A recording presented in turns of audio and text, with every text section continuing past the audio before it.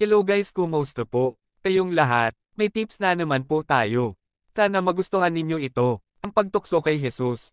Pagkatapos nito, dinala ng banal na espiritu si Jesus sa ilang upang tuksohin ng dyablo.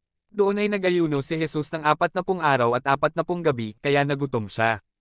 Pero sumagot si Jesus, tinasabi sa kasulatan, hindi lang sa pagkain nabubuhay ang tao kundi sa bawat salita ng Diyos.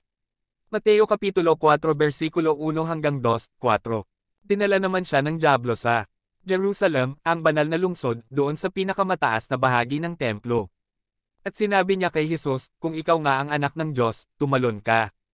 Sapagkat sinasabi sa kasulatan, uutusan ng Diyos ang kanyang mga anghel na ingatan ka. At aalalayan ka nila upang hindi tumama ang iyong mga paa sa bato. Pero sinagot siya ni Jesus, sinasabi sa kasulatan, huwag mong subukan ang Panginoon mong Diyos. Mateo Kapitulo 4 versikulo 5 hanggang 7. Pagkatapos, dinala pa siya ng dyablo sa isang napakataas na bundok, at ipinakita sa kanya ang lahat ng kaharian sa mundo at ang kayamanan at kadakilaan ng mga ito. At sinabi ng dyablo kay Jesus, ang lahat ng iyan ay ibibigay ko sa iyo kung luluhod ka at sasamba sa akin. Pero sinagot siya ni Jesus, lumayas ka, Satanas.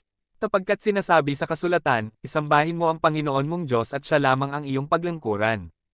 Panipi, pagkatapos nito, iniwan na siya ng dyablo. Dumating naman ang mga anghel ng Diyos at naglingkod sa kanya. Mateo Kapitulo 4 versikulo 8 hanggang 11. Guys, kung nagustuhan po ang videos nato, bisitahin ninyo ang Telsol Llorente channel ko. Pa-like share naman guys. Follow natin at subscribe. And papindot na din ang bell. Maraming salamat po.